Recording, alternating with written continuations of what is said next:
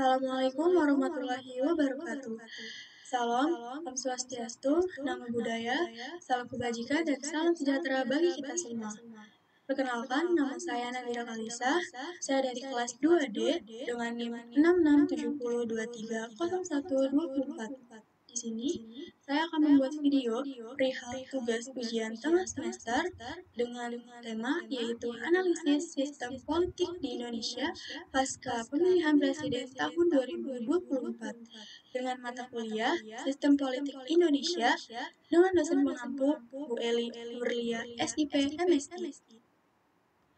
Pemilu atau pemilihan umum merupakan salah satu pilar utama dalam sistem demokrasi di Indonesia. Pemilu merupakan sarana bagi rakyat untuk memilih wakil-wakil mereka yang akan menduduki jabatan-jabatan politik baik di tingkat pusat maupun daerah. Yang pertama, ada dasar hukum dan prinsip penyelenggaraan pemilu. Pemilu di Indonesia diselenggarakan berdasarkan amanat konstitusi, yaitu Undang-Undang Dasar Negara Republik Indonesia tahun 1945, pasal 22E ayat 1, Undang-Undang Dasar 1945 menyatakan bahwa pemilihan umum dilaksanakan secara langsung, umum, bebas, rahasia, jujur, dan adil setiap 5 tahun sekali. Prinsip-prinsip penyelenggaraan pemilu tersebut meliputi: yang pertama ada langsung. Rakyat memilih wakil-wakil mereka secara langsung, tanpa perantara. Yang kedua, ada umum, yaitu setiap warga negara yang telah memenuhi syarat memiliki hak untuk memilih dan dipilih. Dan yang ketiga, bebas. Setiap pemilih memiliki kebebasan untuk menentukan pilihannya tanpa tekanan atau paksaan dari pihak manapun. Keempat, ada rahasia. Suara yang diberikan oleh pemilih bersifat rahasia dan tidak dapat diketahui oleh pihak lain. Yang kelima, ada jujur, yaitu penyelenggaraan pemilu dilakukan dengan jujur, tidak adanya kecurangan atau manipulasi. Dan yang keenam, ada adil. Penyelenggaraan pemilu memberikan kesempatan yang sama kepada semua peserta pemilu tanpa diskriminasi. Jadi tidak ada namanya perbedaan satu sama lain. Selain UUD 1945, terdapat beberapa undang-undang dan peraturan lainnya yang mengatur penyelenggaraan pemilu seperti Undang-Undang Pemilihan Umum, Undang-Undang Partai Politik, dan Undang-Undang Pemilihan Presiden dan Wakil Presiden. Kedua, ada penyelenggaraan pemilu.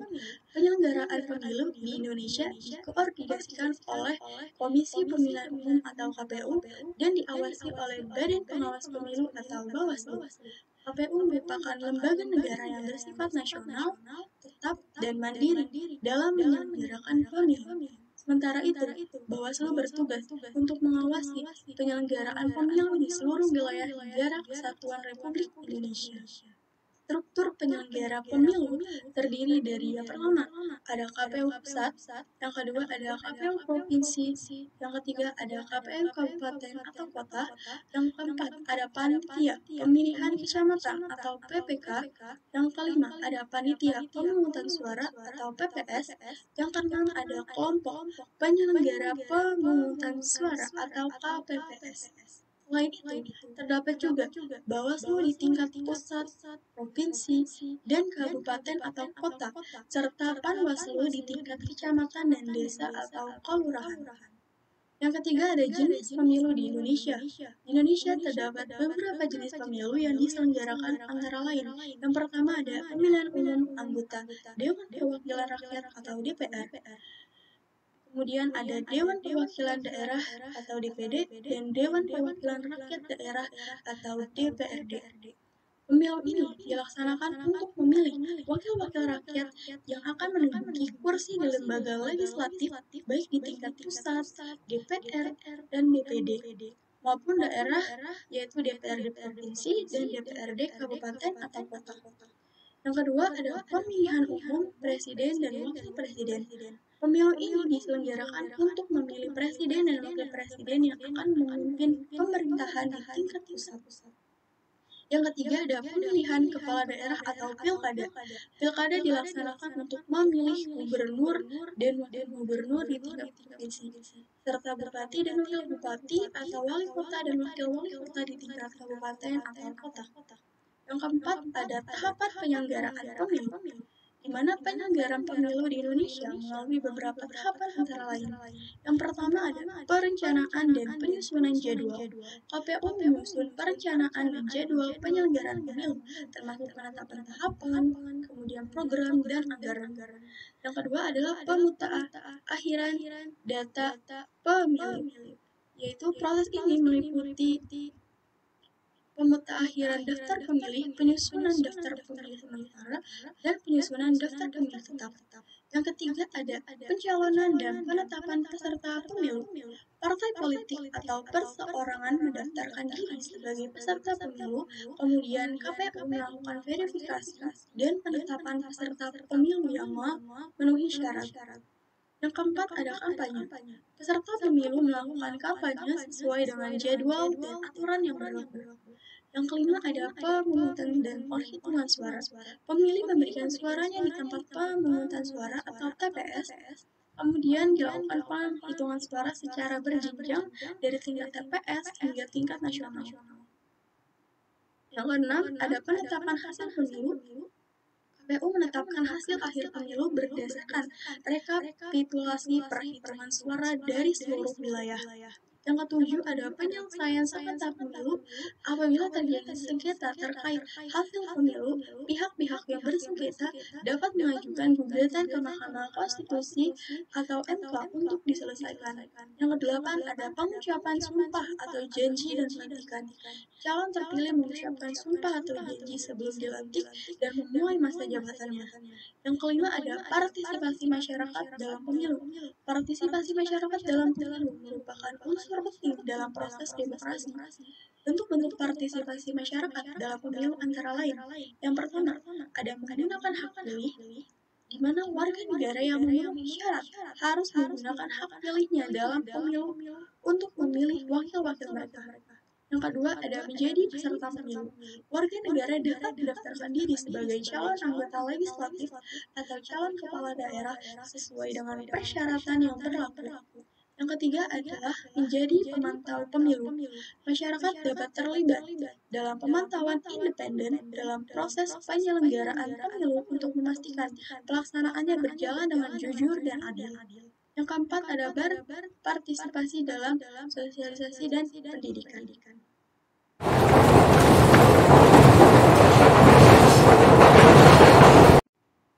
Kemudian, Indonesia adalah negara demokrasi terbesar ketiga di dunia, akan menggelar pemilihan umum yang diklaim terbesar di dunia pada 2024. Jumlah total pemilih diperkirakan mencapai 74% dari total populasi Indonesia, sebagian di antaranya adalah pemilih pemula.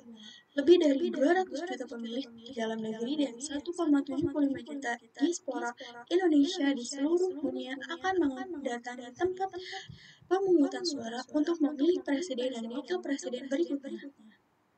Pemilihan legislatif juga akan digelar bersamaan pada hari yang sama.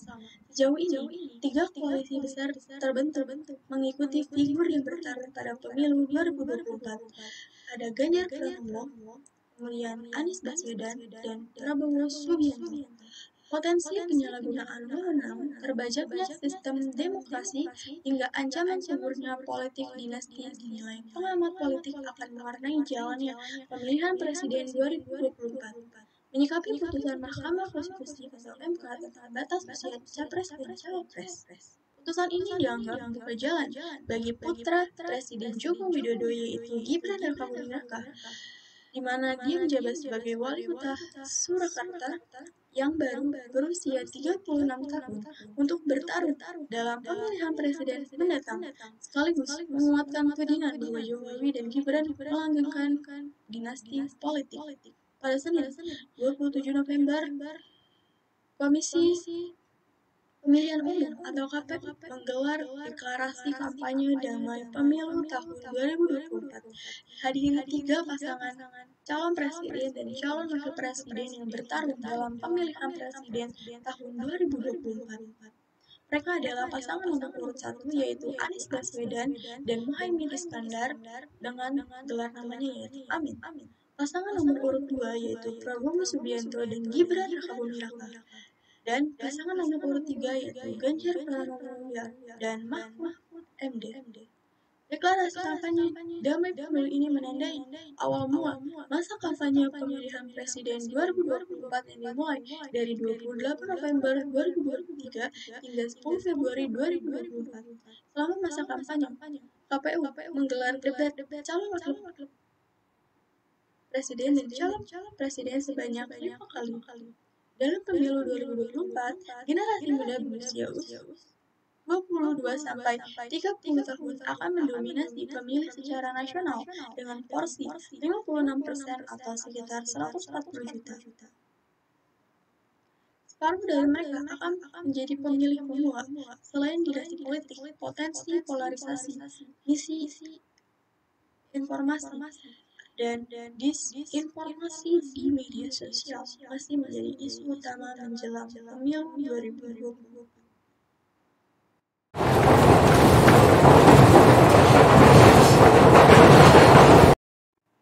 Kemudian yang terakhir ada sengketa pemilihan presiden tahun 2024 di Indonesia.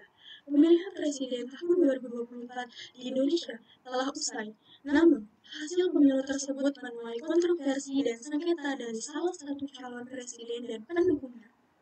Penjelasannya, yang pertama, ada hasil sementara dan klaim kemenangan berdasarkan rekapitulasi suara sementara oleh Komisi Pemilihan Umum. Prabowo Subianto dan Gibran Raka Buming Raka unggul dengan meraih 58,50% suara.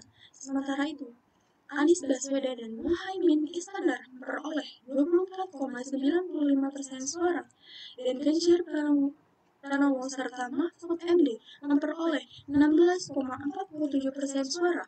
Meskipun KPU belum mengumumkan hasil final, Prabowo dan Gibran serta pendukungnya telah mengklaim kemenangan. Namun Anies dan Muhaimin serta Ganjar dan Mahfud sekaligus kubu pendukungnya menolak hasil sementara tersebut dan mengklaim adanya kecurangan serta pelanggaran dalam proses pemilu. Yang kedua ada tuduhan kecurangan dan pelanggaran. Kubu Anies dan Muhaimin mengajukan sejumlah tuduhan kecurangan dan pelanggaran dalam pemilihan presiden tahun 2024 antara lain. Yang pertama, mengabulkan permohonan pemohon untuk seluruhnya.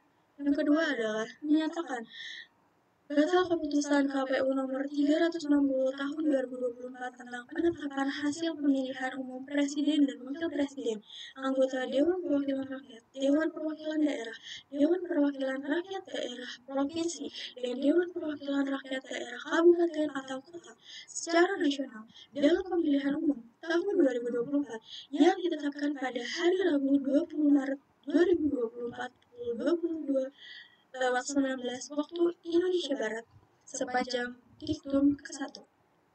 Yang ketiga ada menyatakan diskualifikasi pasangan calon presiden dan wakil presiden nomor urut 2 atas nama Haji Prabowo Subianto dan Gibran Raka Buming Raka sebagai peserta pemilihan umum presiden dan wakil presiden tahun 2024.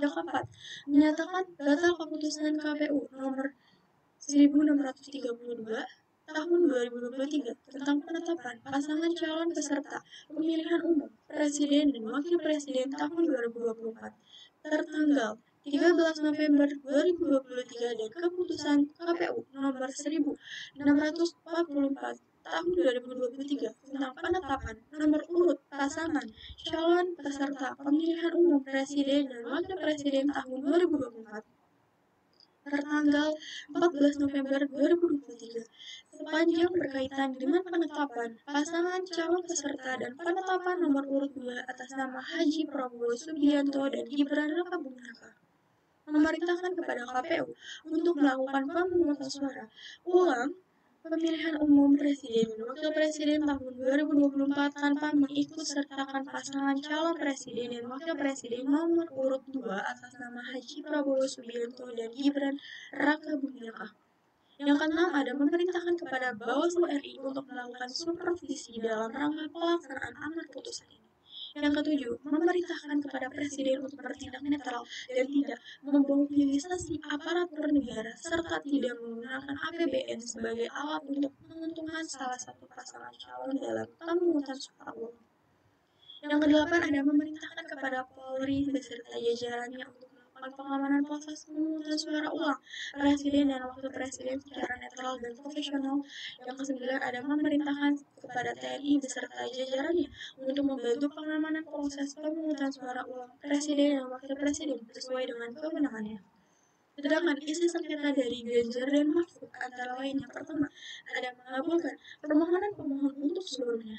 Yang kedua, ada membatalkan keputusan Komisi Pemilihan Umum nomor 360 tahun 2024 tentang hasil penetapan pemilihan umum Presiden dan Wakil Presiden, anggota Dewan Perwakilan Rakyat, Dewan Perwakilan Daerah, Dewan Perwakilan Rakyat Daerah Provinsi, dan Dewan Perwakilan Rakyat Daerah Kabupaten atau Kota secara nasional dalam pemilihan umum tahun 2024 tertanggal 20 Maret 2024 sepanjang mengenai pemilihan umum Presiden dan Wakil Presiden tahun 2024. Yang ketiga, ada mendiskualifikasi Haji Prabowo Subianto dan Gibran Rakabuming Raka selaku pasangan calon peserta pemilihan umum Presiden dan Wakil Presiden tahun 2024 dalam keputusan Komisi Pemilihan Umum nomor 1632 tentang penetapan pasangan calon peserta pemilihan umum Presiden dan Wakil Presiden tahun 2024 tertanggal 13 November 2023 dan keputusan Komisi Pemilu nomor 1644 tentang penetapan nomor urut pasangan calon peserta pemilihan umum Presiden dan Wakil Presiden tahun 2024 tertanggal 14 November 2023. Yang keempat, ada memerintahkan kepada Komisi Pemilihan Umum untuk melakukan pemungutan suara ulang untuk pemilihan Presiden dan Wakil Presiden tahun 2024 antara Haji Anies Rashid Baswedan PhD dan Dr. Muhaimin Iskandar sebagai pasangan calon nomor urut 1 dan Haji Ganjar Pranowo SHMIP dan Profesor Dr. Haji Muhammad Mahfud MD selaku pasangan calon nomor urut 3 di seluruh tempat pemungutan suara di seluruh Indonesia selamat-lambatnya pada tanggal 26 Juni 2024. 5. Memerintahkan kepada Komisi Pemilihan Umum untuk melaksanakan putusan ini. Baik, setelah sekian tadi yang saya bacakan, kita akan ketiga, yaitu upaya hukum dan proses penyelesaian sengketa. Menghadapi situasi tersebut, kubu Anies dan Muhaimin serta Ganjar dan Mahfud mengajukan gugatan ke Mahkamah Konstitusi atau MK untuk menggugat hasil pemilihan presiden tahun 2024. Dalam gugatannya, mereka meminta MK untuk membatalkan hasil pemilu dan memerintahkan penyelenggaraan pemilu ulang yang bebas dan adil. MK kemudian menjalani proses persidangan untuk memeriksa gugatan tersebut. Dalam persidangan, kedua kubu akan menyampaikan bukti-bukti dan saksi-saksi untuk memperkuat klaim mereka masing-masing. Yang keempat, ada peran lembaga negara dan masyarakat sipil, di mana dalam menangani sengketa pemilihan presiden tahun 2024, lembaga-lembaga negara seperti KPU, kemudian Bawaslu dan MK memiliki peran penting. KPU bertanggung jawab untuk menyelenggarakan pemilu yang jujur dan adil serta menyediakan data dan bukti yang diperlukan dalam proses persidangan di MK. Bawaslu juga memiliki peran dalam mengawasi jalannya pemilu dan menindaklanjuti laporan-laporan pelanggaran yang terjadi. Lembaga ini dapat menjadi saksi kunci dalam persidangan di MK. Di sisi lain, masyarakat sipil, organisasi pemantauan pemilu dan media massa juga berperan penting dalam mengawal proses penyelesaian sengketa dengan memberikan masukan, kritik, dan pemantauan independen. Yang kelima, ada potensi, dampak, dan risiko, di mana sengketa pemilihan presiden tahun 2024 dapat membawa dampak dan risiko yang signifikan bagi stabilitas politik dan sosial di Indonesia. Beberapa potensi dampak dan risiko yang mungkin terjadi antara lain. Yang pertama, ada ketegangan dan polarisasi politik yang meningkat. Yang kedua, demonstrasi dan aksi massa yang dapat memicu kerusuhan. Yang ketiga, krisis kepercayaan terhadap proses demokrasi dan pemilu. Yang keempat, dampak negatif terhadap perekonomian dan iklim investasi. 5. Risiko perpecahan dan konflik sosial jika sengketa tidak diselesaikan dengan baik. Oleh karena itu, penanganan sengketa Pilpres tahun 2024 harus dilaksanakan dengan cermat, adil, dan berdasarkan pada hukum dan konstitusi yang berlaku. Semua pihak, baik pemangku kepentingan politik maupun masyarakat luas, harus mengedepankan jalur hukum dan menjunjung tinggi perdamaian serta persatuan bangsa. Yang keenam, ada penyelesaian sengketa dan upaya rekonsiliasi, di mana dalam proses Penyelesaian sengketa Pilpres 2024, Mahkamah Konstitusi memiliki kewenangan untuk memutuskan hasil akhir dari sengketa tersebut, di mana MK dapat memutuskan untuk yang pertama, menolak gugatan dan menyesahkan hasil Pilpres 2024 yang diumumkan oleh KPU. Yang kedua, mengabulkan gugatan dan memerintahkan penyelenggaraan pemilu ulang di wilayah-wilayah tertentu dan secara nasional. Yang ketiga, mengabulkan sebagian gugatan dan memerintahkan perbaikan atau penyesuaian hasil Pilpres 2024. Apapun keputusan MK, semua pihak harus menerima dan menghormati putusan tersebut. Kepatuhan terhadap putusan Mahkamah Konstitusi merupakan syarat utama untuk menjaga stabilitas dan kedaulatan hukum dalam sistem demokrasi Indonesia. Setelah putusan MK, upaya rekonsiliasi nasional menjadi sangat penting untuk menumbuhkan perpecahan dan memulihkan kepercayaan publik terhadap proses demokrasi. Pemerintah, partai politik, tokoh masyarakat, dan seluruh elemen bangsa harus bersatu padu untuk melakukan rekonsiliasi dan membangun kembali persatuan dan kesatuan bangsa.